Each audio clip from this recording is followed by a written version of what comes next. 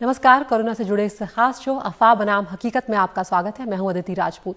Corona के मामलों में पहले के मुकाबले कमी जरूर आई है, लेकिन जो लोग ये समझने की भूल कर रहे हैं कि अब कोरोना जाने ही वाला है या चला गया है, वो गलती कर रहे हैं, जिसे बिल्कुल भी कम नहीं कहा जा सकता। क्योंकि बाजारों में जिस तरह की भीड़ दिख रही है या पहाड़ी इलाकों में जिस तादाद में टूरिस्ट पहुंच रहे हैं और लापरवाही बरत रहे हैं, वो चिंता पैदा करते हैं, क्योंकि ये सिर्फ खतरे को और बढ़ा ही रहा है। ब्रिटेन का उदाहरण हमारे सामने है, जहां पहले सिर्फ केस बढ़ने की ही खबरें आ रही थी, लेकिन अब हॉस्पिटलाइजेशन भी तेजी से बढ़ा है। और ये हाल तब है जब वहां पर 51% से ज्यादा यानी आधी से ज्यादा आबादी जो है वो दोनों डोज ले चुकी है। अफ्रीका में भी मृत्यु दर जो है वो 30 से 40% तक बढ़ी है।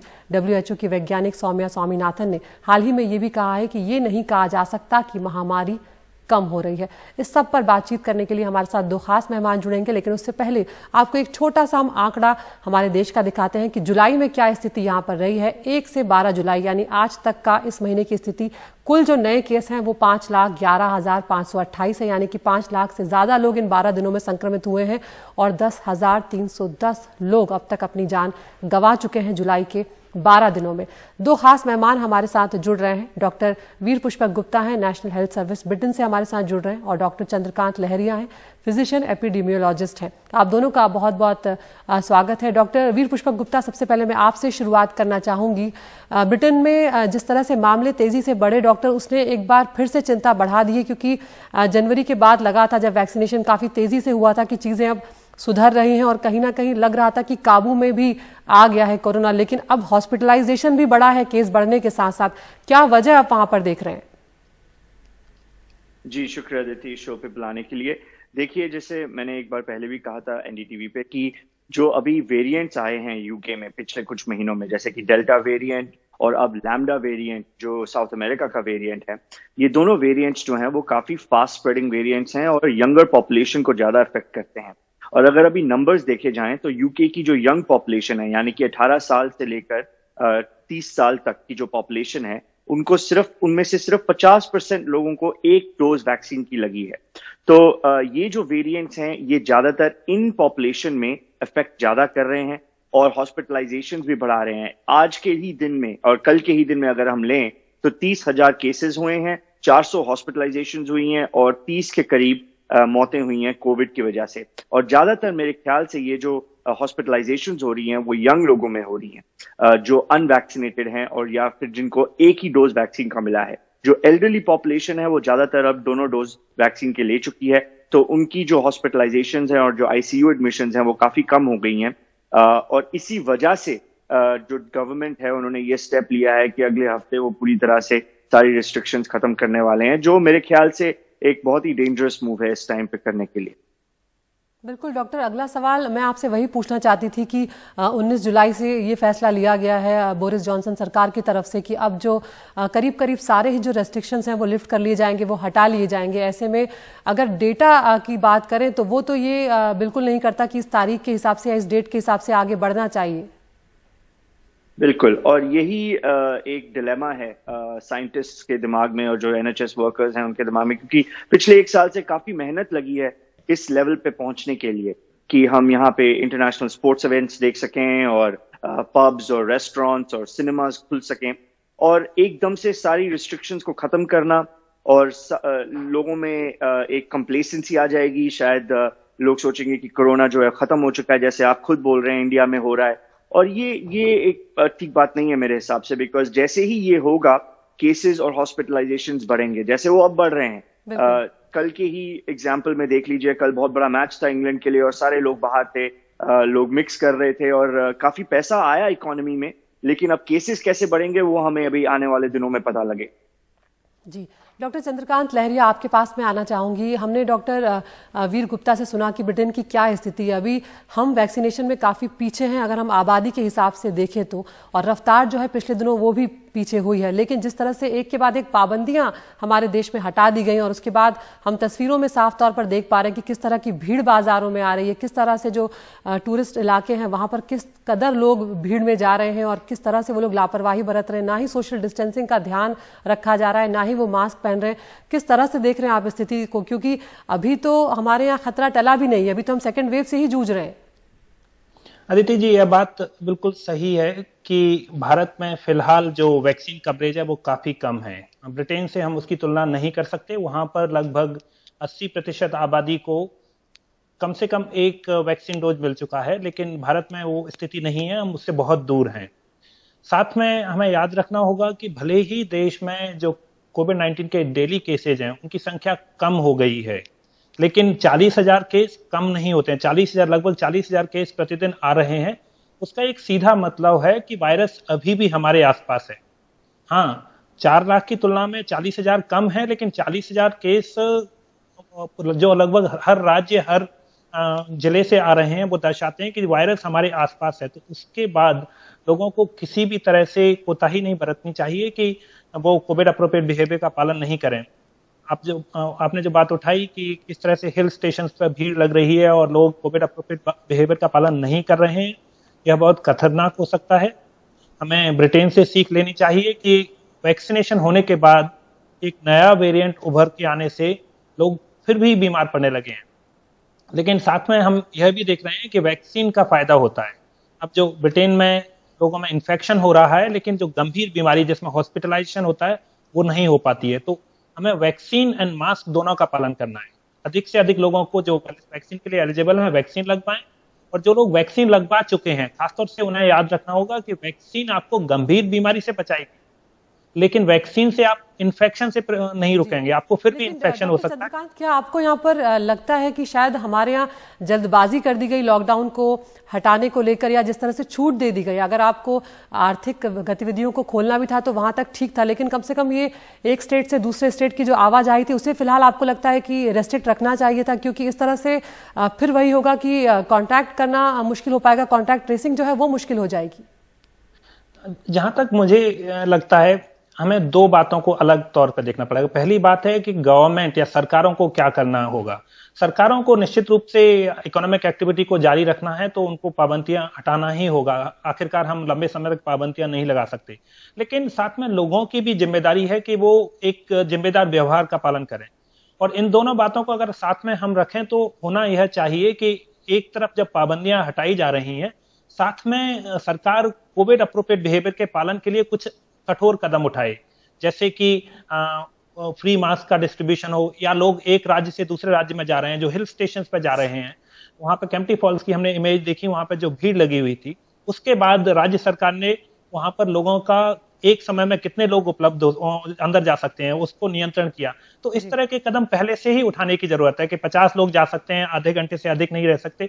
तो क्राउड कंट्रोल करना, इंश्योर करना कि कोविड अप्रोप्रिएट बिहेवियर का पालन करें, वो रेस्ट्रिक्शन रिमूव करने के साथ किया जाना चाहिए। बिल्कुल डॉक्टर चंद्रकांत, मैं वही बात कहना चाह रही थी कि वैक्सीनेशन जब तक जितना तेजी से बढ़ा देना चाहिए वहां पर हम उतनी तेजी नहीं कर रहे हैं, लेकिन जो पाबंदियां हैं उनको हटाने में हम बहुत तेजी से आगे बढ़ गए, शायद वहां पर हमें देखने की जरूरत थी। डॉक्टर वीर गुप्ता, यहाँ पर जो केसेस बढ़े हैं उसमें ज्यादातर डेल्टा वेरिएंट के ही केसेस सामने आ रहे हैं, लेकिन ये जो लैम्डा वेरिएंट आया है, क्या इसके जो सिम्टम्स हैं या क्या वो कुछ अलग हैं डेल्टा से, या जो अभी जो नए केसेस आप लोग देख रहे हैं जो हॉस्पिटलाइजेशन हो रहे हैं उनमें किस तरह के सिम्टम आप देख रहे हैं, किस तरह की दिक्कतें आप देख रहे हैं मरीजों में? देखिए, लैम्डा वेरिएंट जो है वो साउथ अमेरिका में काफी तबाही मचा चुका है। पेरू का ये वेरिएंट है और वहां पे और चिली में स्पेशली काफी डेथ रेट जो था वो बहुत हाई था इस वेरिएंट की वजह से। और अगेन ये यंगर लोगों को ज्यादा अफेक्ट करता है, अनवैक्सीनेटेड को ज्यादा अफेक्ट करता है। और ये देखा गया कि आईसीयू एडमिशंस जो है वो लैम्डा वेरिएंट के जिन पेशेंट्स को लैम्डा वेरिएंट हुआ था वो ज्यादा बढ़ गई थी आईसीयू एडमिशंस उन पेशेंट्स में। तो ये अभी यूके में पाया गया है। अभी भी नंबर्स बहुत लो हैं, 10% से कम जो वेरिएंट हैं यूके में उनमें से लैम्डा वेरिएंट एक है। लेकिन आपको पता है कि डेल्टा वेरिएंट जब यूके में घुसा था तो 5 दिन के अंदर घुसा और उसके बाद कितनी फास्ट स्प्रेड हुआ। तो सबसे ज्यादा डर यही है कि ये जो सारे मेजर्स हैं, सोशल डिस्टेंसिंग, मास्क वेयरिंग, जो एक दिन में ही आप अगर उठा देंगे सारे मेजर्स और लोगों को वापस ले जाएंगे उस जगह पे जहां पे कोविड नहीं था, तो ये जो वेरिएंट्स हैं it becomes a mixing pot for the variant. सारे वेरिएंट्स जो हैं वो इंक्यूबेट होते हैं और फिर वो स्प्रेड होते हैं पॉपुलेशन में। तो मेरे ख्याल से ये काफी डेंजरस चीज है, हमें बहुत सीरियसली इसको लेना पड़ेगा। कल बोरिस जॉनसन जो हैं वो एक स्टेटमेंट देने वाले हैं इस हिसाब से कि कैसे जो है वो मेजर्स निकाले जाएंगे। और जहां तक इंडिया की बात है, मेरे ख्याल से एक नेशनल गाइडलाइन की जरूरत है। यूके में काफी देर तक नेशनल गाइडलाइंस थी कि आप 6 से ज्यादा लोग जो हैं वो एक जगह पे नहीं जा सकते, इन वेन्यूज में अगर आप जाएंगे तो आपको इतने लोग जो हैं वो अलाउड हैं। तो ये सारी चीजें आई थिंक बहुत क्लियरली पॉपुलेशन को पता होनी चाहिए। कंफ्यूजन जब तक रहेगा तब तक लोग वही करेंगे जो वो कर सकते हैं और उससे डिजीज स्प्रेड होगी। बिल्कुल। डॉक्टर चंद्रकांत, आप एपिडेमियोलॉजिस्ट भी हैं। यहाँ पर भारत में एक चीज़ की और हम जो दिक्कत देख रहे हैं कि डेटा जो है वो आने में काफ़ी वक्त लगता है। जीनोम सीक्वेंसिंग में भी हम काफ़ी पीछे हैं, क्योंकि अगर हम दूसरे देशों की बात करें, ब्रिटेन की बात करें, अमेरिका की बात करें, वहाँ पर जीनोम सीक्वेंसिंग जो है वो काफ़ी तेज़ी से होती है। हमारे यहाँ नतीजे आने में भी वक्त लगता है और हमारे पास जो लैब्स हैं वो भी बहुत कम है। तो ये भी एक बहुत बड़ी हमारी कमजोरी है जहाँ पर हमें काम करने की ज़रूरत है। निश्चित रूप से। तो हम जानते हैं कि जीनोमिक सीक्वेंसिंग की एक प्रक्रिया एक कॉस्टली होती है और टाइम कंज्यूमिंग होती है। साथ में यह बात भी याद रखनी होगी कि अगर सैंपल्स कलेक्ट भी कर लिए जाते हैं और उनका जीनोमिक सीक्वेंसिंग हो जाता है, तो जब तक हम समझेंगे कि वो वेरिएंट ऑफ इंटरेस्ट या कंसर्न है, तब तक काफी समय निकल चुका होता है और इसमें संभावना रहती है कि वो वेरिएंट फैल चुका हो।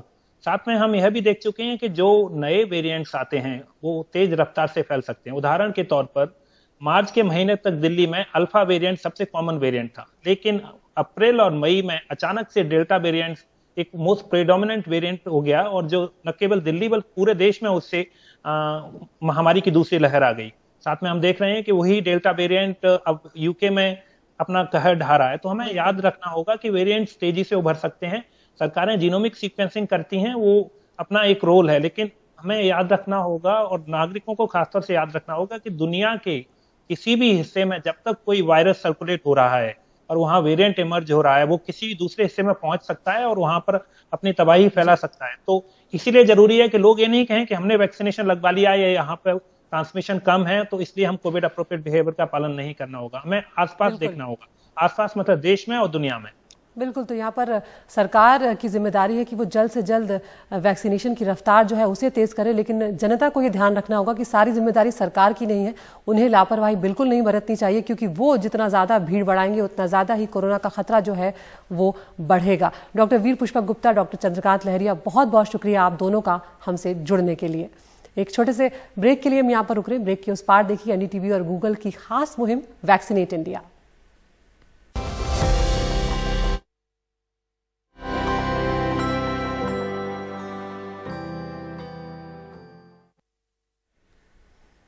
और अब हमारी खास पेशकश एनडीटीवी और गूगल लेकर आए हैं एक साझा मुहिम वैक्सीनेट इंडिया, जिसमें हमारी कोशिश है कि वैक्सीन को लेकर जो भी लोगों के डर हैं, भ्रम है, उन्हें दूर किया जा सके। क्योंकि इस वक्त वैक्सीन कोरोना वायरस जो है वो लगातार अपने आप को म्यूटेट कर रहा है, बदल रहा है, और सिर्फ वैक्सीन ही है जो इससे बचने का एकमात्र हमारे साथ उपाय है। हमारे साथ जुड़ रही है खास मेहमान डॉक्टर निधि झा हैं, सीनियर कंसल्टेंट हैं नोवा साउथ एंड से। डॉक्टर निधि, बहुत शुक्रिया आपका हमसे जुड़ने के लिए। सबसे पहला सवाल डॉक्टर निधि, मैं यही आपसे जानना चाहती हूँ कि लोगों का डर जरूर कम हुआ है वैक्सीन को लेकर, लेकिन अभी भी वो भ्रमित हैं और कहीं ना कहीं कई तरह के सवाल हैं, जिसमें से एक सवाल ये भी वो गूगल पर सर्च करते हैं कि अगर वो कोविड से ठीक हो गए हों तो क्या टीका लेना फिर जरूरी है उनके लिए? देखिए, जो कोविड हमें इम्यूनिटी देता है वो इम्यूनिटी शॉर्ट लास्टिंग होती है। मतलब कि कुछ दिनों के लिए इम्यूनिटी होती है, लेकिन वो एवर लास्टिंग हमेशा के लिए नहीं रहती है। तो 6 से 8 हफ्ते के गैप के बाद उनको वैक्सीन जरूर लेना चाहिए। जब भी उनको कोरोना हुआ हो पीछे, उसका अगर 6 से 8 हफ्ता हो गया है, एक्चुअली ये जो गाइडलाइंस है वो थोड़े थोड़े करके चेंज होते रहते हैं। पहले 6 हफ्ता कहा गया था, फिर 8 हफ्ता कहा गया था, फिर एक बार 3 महीने की भी बात हुई थी। तो जो भी उस टाइम का प्रोटोकॉल है उस हिसाब से वैक्सीन तो उनको लेना ही है। ड्यूरेशन चेंज हो सकते हैं, 6 वीक्स हो सकता है, 8 वीक्स होता सकता है, 3 मंथ्स हो सकता है, बट वैक्सीन लेना ही है, आपको कोविड हुआ है या कोविड नहीं हुआ है। बिल्कुल। डॉक्टर निधि, यहाँ पर ये भी समझना चाहूंगी मैं आपसे कि कई बार होता है कि लोग उस गाइडलाइन को मिस कर जाते हैं या लोगों में उतनी जागरूकता नहीं है। कई लोग ऐसे हैं ग्रामीण इलाकों में जिन्हें पता नहीं है कि कितने दिनों के बाद वैक्सीन लेना है। अगर वो गैप जो है अगर वो मेंटेन नहीं हो पाता है तो क्या टीके का असर जो है वो कम हो जाता है? नहीं, ऐसा कुछ नहीं है। 3 महीने तक बहुत ही सेफ डिस्टेंस है कि 3 महीने तक भी आपको कोविड होने के बाद अगर आपने टीका नहीं लिया है तो आपको ऐसी कोई सीवियर प्रॉब्लम नहीं होगी। अगर आपको कोविड हो भी जाता है, अगर हम मान लेते हैं, तो वो भी माइल्ड वेरिएंट होगा। जो आपको ज्यादा सिकनेस जिससे नहीं होगी, और 3 महीने तक कोविड खत्म होने के आपके प्रीवियस कोविड एपिसोड से अगले वैक्सीनेशन तक में अगर 3 महीने का गैप है तो आप कंप्लीटली सेफ। तो वैक्सीन लगवाना है लेकिन डरना नहीं है। कोई भी व्यक्ति अगर उसको कोविड हो रखा है या नहीं हो रखा है, उनको वैक्सीन लगाना है। गैप के बारे में नहीं डरना है। 3 महीने तक का गैप कंप्लीटली सेफ है। जी डॉक्टर साहब, यहाँ पर एक सवाल और निकल कर आता है कि कई बार ऐसे लोग वैक्सीन लगवाने जा रहे हैं। अगर मान लीजिए कि मैं वैक्सीन लगवाने जा रही हूँ, मैं एसिम्प्टोमेटिक हूँ, मुझे पता नहीं है कि मुझे कोविड हुआ है, क्या मैं दूसरे लोगों को, वैक्सीन मैंने लगवा लिया, क्या मैं दूसरे लोगों को कोरोना संक्रमित कर सकती हूँ? देखिए, अगर आप एसिम्प्टोमेटिक हैं, एसिम्प्टोमेटिक से भी कोरोना का संक्रमण हो सकता है, लेकिन वो जो कैपेसिटी होती है उनकी, विरुलेंस जो होता है और जो संक्रमण करने की क्षमता होती है, वो उन लोगों से काफी कम होती है जो कि कोरोना बीमारी से ज्यादा ग्रसित हैं, उनको हॉस्पिटलाइजेशन करना पड़ रहा है, उनको लगातार फीवर आ रहा है, तो उनका वायरल लोड जो होता है वो ज्यादा होता है। इस वजह से उनके संक्रमण करने की क्षमता ज्यादा होती है। बट एसिम्प्टोमेटिक भी संक्रमित कर सकते हैं, लेकिन उनका जो संक्रमण करने की क्षमता होगी वो कम होगी।